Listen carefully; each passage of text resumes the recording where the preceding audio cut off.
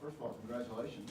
We assume that you will now be elected since you don't have a candidate of any form.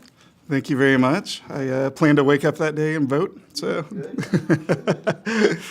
But one of the questions we have for you is, why do you want to do this? You know, I have had congratulations and condolences from many people, but, you know, I'm excited about it. I think that this is a great opportunity to keep the momentum that Galveston has moving forward. Everyone that I talk to, no matter what their age is, how many generations they've been here, every single person I speak with, and it's a testament to council and the current administration, is that Galveston is now better than it has been since they arrived.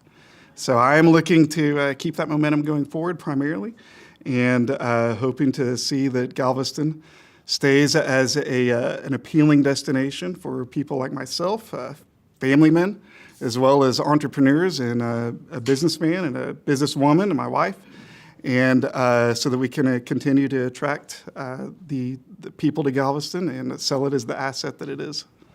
Good. Okay. Kathy, did you have a question? I do have a question. It's related to the port. Mhm. And do you see a need for infrastructure improvements? And if so, how would those be funded? Yes, I do see a need. I think that the Port of Galveston needs to stay competitive with other coastal cities as well, and raise itself to the highest elevation possible, as in the most appealing port that there is on the Gulf Coast. And I see kind of the same or similar structures as other ports that are competitive with us, as a combination of public and private funding as well. Could you so let me just ask, would you support a taxing structure? That would be something that I wouldn't rule out immediately. It could be one of the components as well. I would just want to make sure that it was fair for the port and for the citizens of Galveston to vote for it or to implement it. Yes. Jason, we know Cedar Lawn, where you live, is really the center of your district, but you are literally, your district's in the middle of the island. Where does it go, north, south, east, west, so we have a good idea? Roughly, it is Avenue L in the north and Avenue S in the south, 39th Street in the east, and 61st Street in the west. So there's a couple little pockets carved out here and there, but that's roughly what it is. So it is mostly residential. It probably has or it does have the least amount of coastline of any of the districts. And it's a great district, and look forward to working with everyone, not only in Cedar Lawn, but I'm really looking forward to getting to know and advocating for the citizens outside of Cedar Lawn as well. So you said east to what, 39th? 39th Street, So you really, you have all of 45th Street. Yes, and everything. correct, And then on the east side of 61st Street, correct. which is still a lot of commercial. Okay, good. Good, Clint. Hi, Jason. Hi, Clint. So, I have a question, an ethics-related question. So, Chapter 176 for local government code sets our minimum standards. There's nothing that precludes the city council from setting increased requirements for city council or local government. Would you be supportive of increased requirements for disclosure of financial interests or actual potential conflicts of interest? I think disclosure is great, and I think that it's always good to have a higher standard than the bare minimum. So without reviewing the details, of course, that would be important if we were to elevate the standards above the bare minimum, but I would definitely, it's not something I would be opposed to. Well, Jason, I noticed I'm reading your paper report, and you indicate that the three most important issues facing Galveston, in your opinion, are the coastal spine, which I assume you support, Absolutely. and then you had the advancement of Galveston's educational institutions. I'll come back to that, and continued improvements of our infrastructure. As far as the Galveston's educational institutions and advancement of those institutions, what did you have in mind? First, I would like to recognize and acknowledge how fortunate we are to have the wide variety of educational institutions we do here in Galveston. You know, where else, how many cities of 50,000 do you have, you know, the GISD as well, from primary or pre-kindergarten education all the way up to graduate and medical profession education as well. So I think that it's important that we embrace that educational foundation that Galveston has built over the decades and the century, and also figure out ways that we can help fund the public education as well. I am a member, a board of director for the GEF, so I do work closely with GISD. My daughter goes to Trinity Episcopal School, so we also have some private school interest as well. And then I worked at University of Texas Medical Branch for many years, so I'm very knowledgeable of its challenges and have good relationships there as well. And I think first and foremost, what I would like to see addressed, and it's more of a state issue, but when it comes to funding, is the recapture and everything that's going on with GISD and having to send money to Austin. And I would like to advocate as well as I can at a local position on seeing if we can keep more of our tax money here in Galveston to fund our own school for our own children and move forward that way.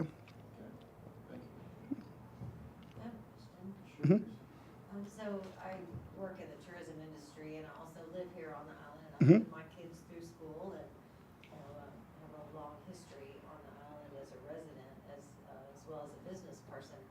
And the tourism industry, at least because I'm in it, I think I'm a little closer, obviously, but I think it affects so many different areas of the island. I agree. There's this sense, or sometimes you get this vibe of those darn tourists, the locals that may not realize how important tourism is to their livelihood as well, including the reduction in their taxes. If it were not here, all of our taxes would be much higher. What would you say, or how do you feel about that, and how can we bring the community to realize that the tourism industry is the community too? Right. I think before the camera started rolling, I was praising the visitors that we had over Easter weekend and the Texas Spring Break week as well. And I'm always excited to see them. I know that they don't acclimate as well as us citizens would sometimes like to see them while they're here. But it doesn't take long to travel around the state, to travel around the region through other comparable population-sized cities of 50,000 and see what we would be if we did not have the tourism industry. So tourists have been coming to Galveston forever. It's been the playground of the South since its inception. And that is something that I would like to advocate for and promote as well, and welcome all the tourists, and thank all those of you in the tourism industry. Because without those tourists, absolutely our city would look much different. We wouldn't have near the amenities that we have, the resorts, the hotels, the restaurants, the nightlife that goes along with that as well. And it's something that I think that does need to be promoted, and education does need to be shared with Galvestonians. So they do understand that, yes, it does require a little more patience in the high tourism seasons when you're driving down Seawall or you're strolling downtown or something like that. But we need to make sure that we do understand that they do bring an overall benefit to all of us living here. And as you said, primarily through helping share some of the tax burden.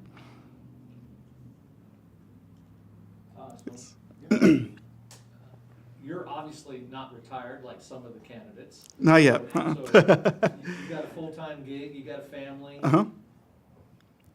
How are you going to handle the demands of council and all the people in this room that are going to be calling you and voicing opinions and, Very good talking question. about issues Mm-hmm.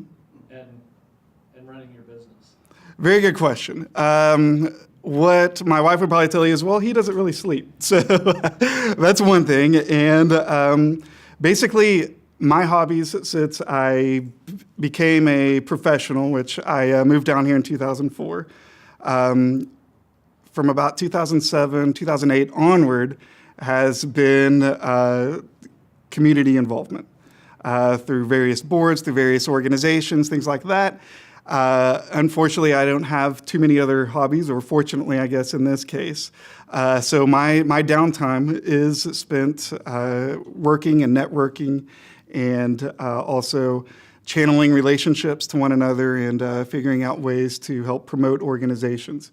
And it's something that I talked about with various stakeholders in this, starting with my family, onward to current city council, as well as the administration for the city, too, and other leaders to get their input. And not all of them were supportive. Some of them told me I was crazy to try to tackle this, as well as I've started a business recently and have a 6-month-old at home as well. But I'm confident that with the way things are working and as efficient as the city seems to be operating now, relatively speaking, of course, it seems like it is the time to do it.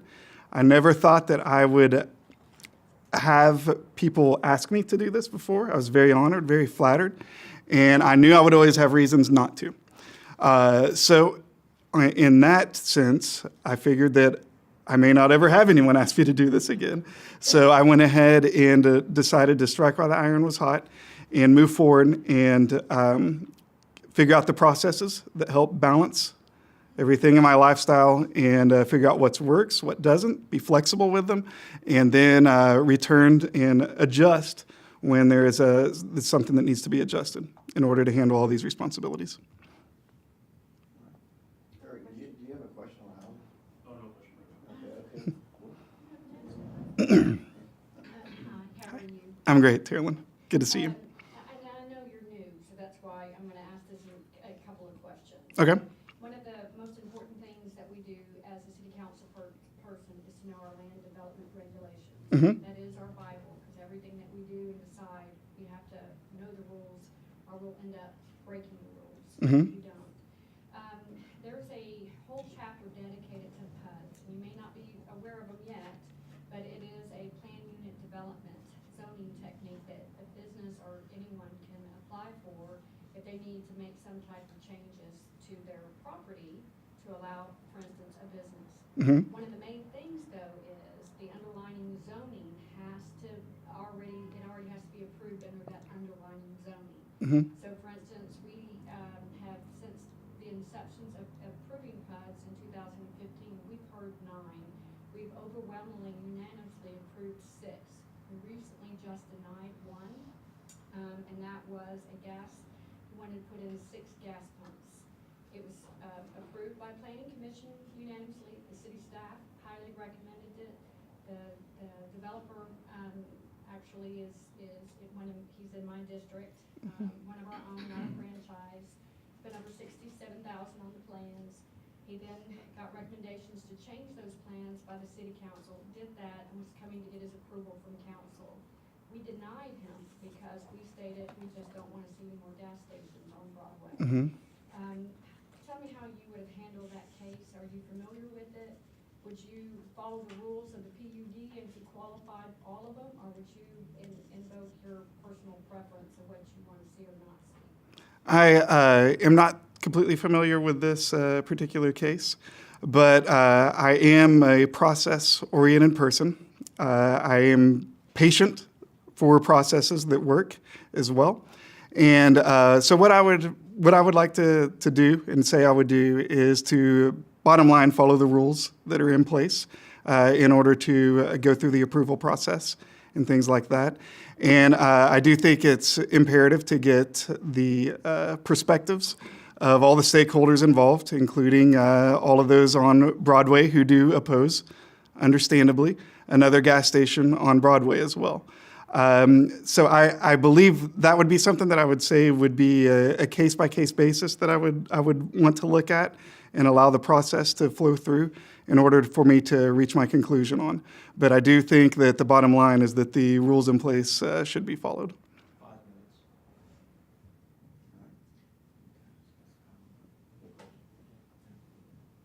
I want to go back to the education thing again. Okay. You talked about UISD and UTMB, and I know you didn't mean to omit it, A&M or Galveston College. Absolutely. But, since you were, especially Galveston College. Of course. You're familiar with universal access and the opportunity that a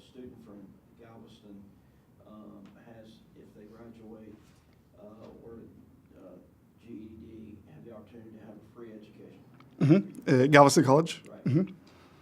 Even though you're a councilman, and you're not necessarily in the education business, could you see some way in which you can help our children have that opportunity to succeed in the various pathways that the chamber's working on, be it maritime or whatever pathways it is, and to help that child get the education that they need?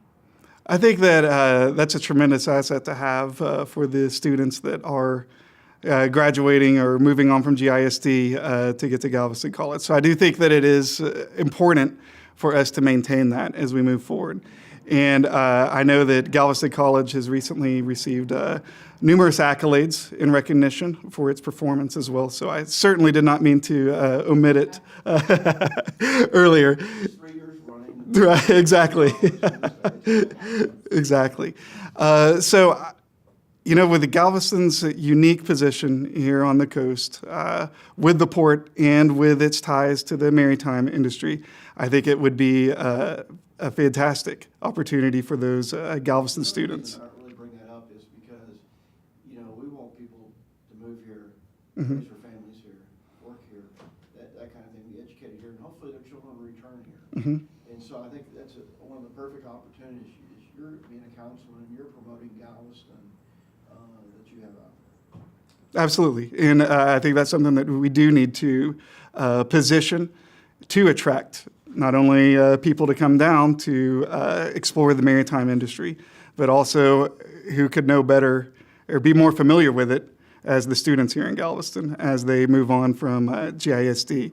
And I could say that from the perspective as I grew up in Longview, Texas, and Tulsa, Oklahoma. I knew nothing about the maritime industry growing up and never knew what kind of careers that were involved in that as well. And so I do think that that would be an outstanding consideration to position Galveston College to the students at Galveston for those sometimes quite lucrative careers in the maritime industry as well to promote this as a place to return to for their careers. Absolutely.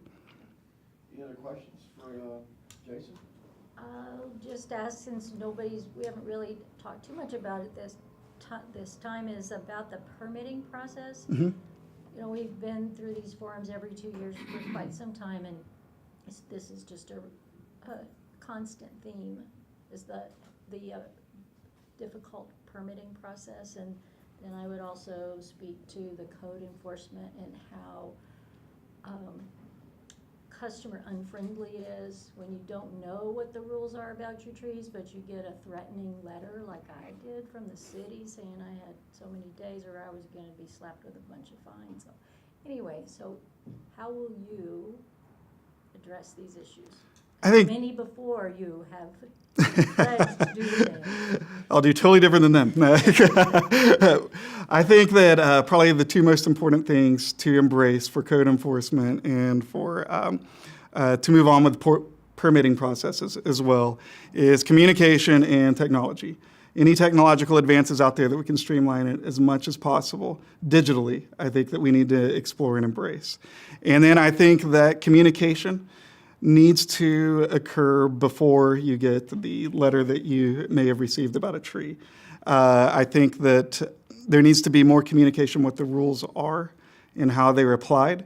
And I think that there also needs to be some review of the current codes and rules and regulations and to see how many remain pertinent as well.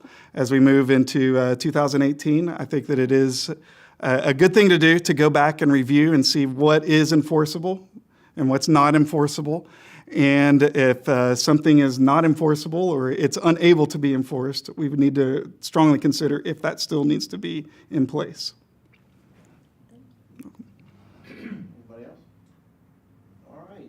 Jason, thank you very much for being here. We appreciate your time. Well, thank you for having me. Okay.